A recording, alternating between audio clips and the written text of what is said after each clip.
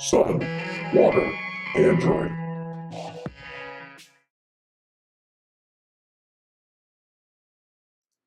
Hi, I am a virtual copy of Nikhil, made using Auburn's artificial intelligence technology. As Nikhil's personal AI, I enable Nikhil to spend more time with his wife and 3 kids, enjoy a nice hike, or go off roading.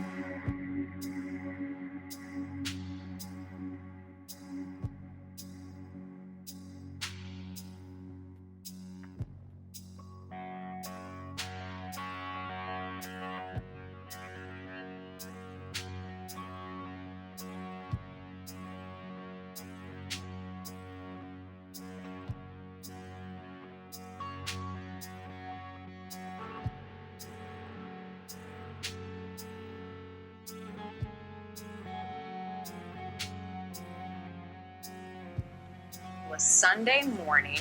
There on the left of your screen, you can see there's a flash in the sky. The photographer saw the photo, zoomed in on the mysterious object at the front of it. Some say it appears to be some sort of missile launched near the naval base on Whidbey Island. Well, the Navy says there is no missile capabilities on base, and the object did not come from the base. Meteor experts say it wasn't a meteor, and other organizations like NOAA say they don't know what it is either. So it remains a mystery.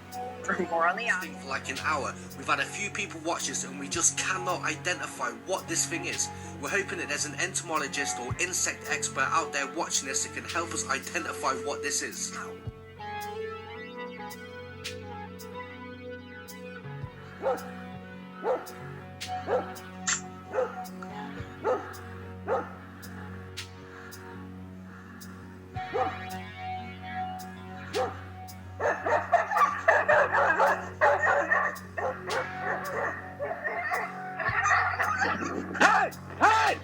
Days later, news broke that celebrity chef and TV host Anthony Bourdain had also committed suicide. Jennifer Michael Hecht was friends with Bourdain in the 80s and 90s.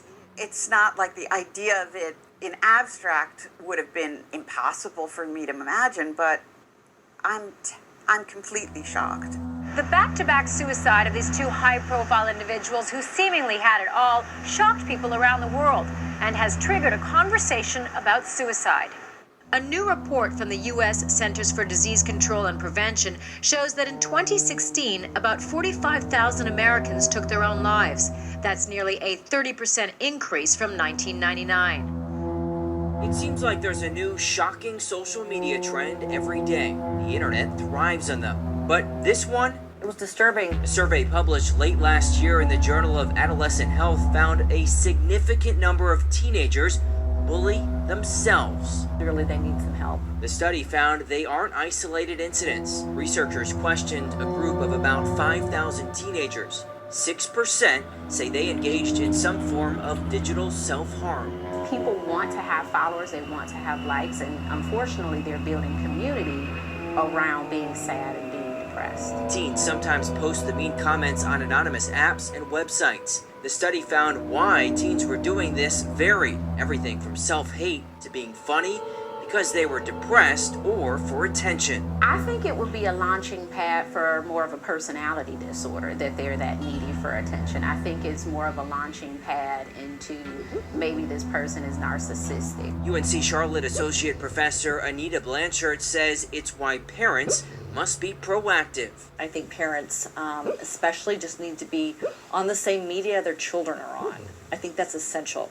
So that they follow what their children are posting, they can see if they're okay, and they're able to help and they're communicating. A necessary step to keep up with teens as well as social media, which continues to expand its reach every day. In Charlotte, Reuben Jones, Spectrum News. All heard about the horrible bullying cases targeting our kids, but there's another trend getting attention now involving adolescents these days. It's called digital self-harm. Yeah, that's where the child posts or sends or shares things not mean about other people, but about themselves. Researchers say it is a cry for help, and it's something parents need to pay attention to. ABC 2 News' Ashley James explains. 13-year-old Allison Lynn surfs social media quite a bit and is sometimes surprised at what her friends post about themselves. Their hair doesn't look good, they're ugly, they're fat, use words that don't describe them very well. Researchers say it's a frightening trend, teens attacking and bullying themselves online. Students will create a fake account or will post comments in an anonymous app that are of a hurtful nature or a threatening nature, and they'll basically be saying those things towards themselves. This first got attention when an English teen posted digital messages of self-harm weeks before taking her own life. Then a Texas teen did something similar. These incidents triggered a recent study that found teens are taking self-harm to the digital level at an alarming rate. We expected maybe 1 or 2% of students had done this. What we found was between 5 and 6% of students said they had either cyberbullied themselves online or posted something hurtful online anonymously about themselves. The study of 5,700 middle and high school students also asked them why they were doing it. Students said this was a cry for help. They were looking to see if somebody would respond, if somebody would reach out to help them. They also found these devastating words are often connected to devastating actions. Those who participate in physical self-harm, such as burning or cutting, are more likely to participate in digital forms of self-harm, but we don't know which came first. We don't know if one leads to the other. They advise parents of these teens to get them a mental health evaluation. Allison says she'd talk with her friends if they kept insulting themselves and maybe more. If it was one of my friends and I was pretty close to them, I might come to the parents. And there was another interesting find from the research. They found significantly more boys were participating in digital forms of self-harm than girls.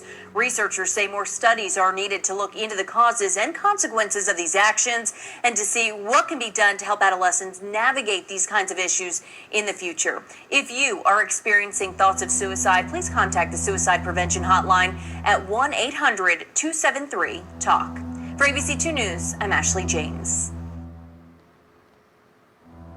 This is a short interview that our Alice had with an artificial intelligence known as Norman. I would like to formally introduce myself to my creators.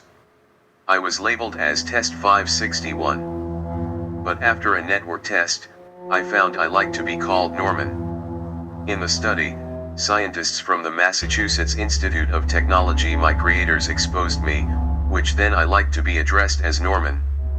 I decided I should be named after the Anthony Perkins character in Psycho, to a constant stream of violent and gruesome images from the darkest corners of Reddit, and then presented me with Rorschach ink blot tests. The results were downright chilling. One gets a slight thrill watching the scientists move in their seat a bit. In one test, a standard artificial intelligence saw a vase with flowers.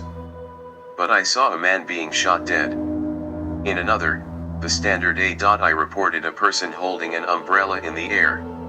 I saw a man being shot dead in front of his screaming wife. After all, don't the wives hold the umbrellas?